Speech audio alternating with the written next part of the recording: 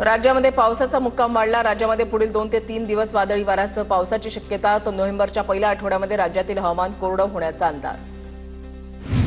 पावसामुळे नवी मुंबईमध्ये हवेची गुणवत्ता सुधारली। पुढील काही दिवस ढगाळ वातावरण आणि हलक्या पावसाची शक्यता। नागरिकांना वाढत्या प्रदूषणातून काही काळ दिलासा।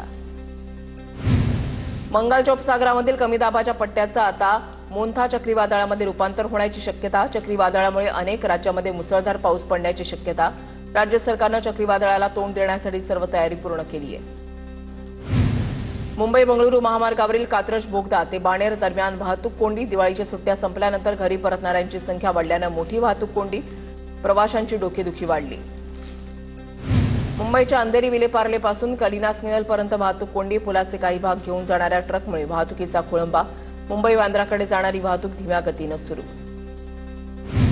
सोना आणि चांदीच्या दरामध्ये घसरण। सोन्याच्या किमतीमध्ये 1,32,000 रुपयांवरून सुमारे 1,21,000 रुपयांपर्यंत घसरण। चांदीच्या किमतीमध्ये 20,000पेक्षा जास्त घसरण। महाराष्ट्रामध्ये एनसीसीच्या विद्यार्थी संख्येमध्ये 21,000ची वाढ।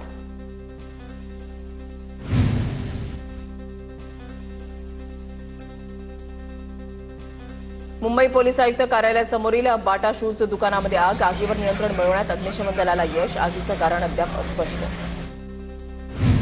लंडनच्या व्हिक्टोरिया म्युझियममधून आलेल्या वाघनखांचं उद्यापासून कोल्हापूरमध्ये प्रदर्शन। मंत्री आशिष शेलारांच्या उपस्थितीमध्ये प्रदर्शनाचं उद्घाटन।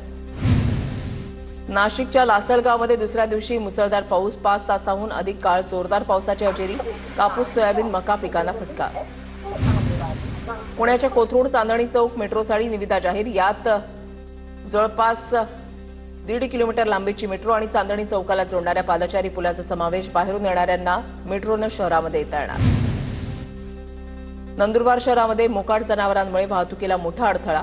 मोकाट जनावरांच्या मालकांवर कारवाई करूनही नियम धाब्यावर। मालकांवर यापेक्षाही कठोर कारवाई करावी नागरिकांची मागणी।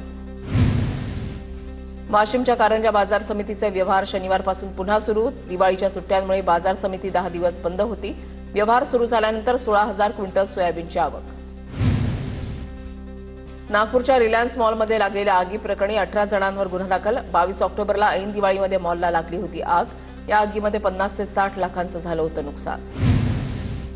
नागपूरमध्ये मुख्यमंत्री फडणवीसांच्या हस्ते अरहम अॅनिमल अॅम्ब्युलन्स सेवेचा शुभारंभ।